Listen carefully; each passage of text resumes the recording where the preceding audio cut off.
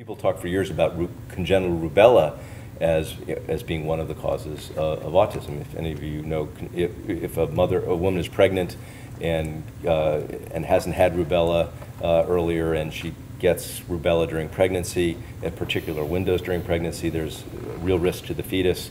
And there's a common syndrome called congenital rubella syndrome, which includes often loss of hearing, heart problems, cataracts in the eyes, and so they realized early 20th century, somebody put the pieces together that actually if you compared clusters of deaf-mute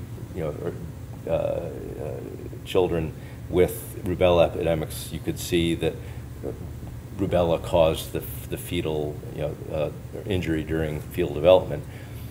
But no one ever noticed autism in congenital rubella, but we've had deaf-mute, cataract, heart problem. We've had congenital rubella children for a long time.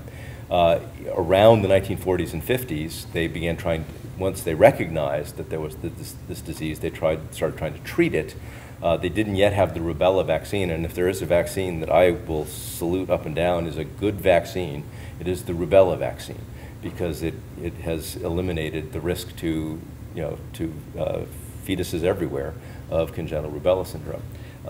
And before it, they start for a number of decades, they were treating pregnant women with gamma globulin if they were exposed to rubella. And in the heart of all this, someone looked up and said, oh my goodness, a lot of these children are neurologically impaired. And all of a sudden, congenital rubella, there was one study, or two studies actually, where they noticed a high, 10% of the cases of congenital rubella had autism.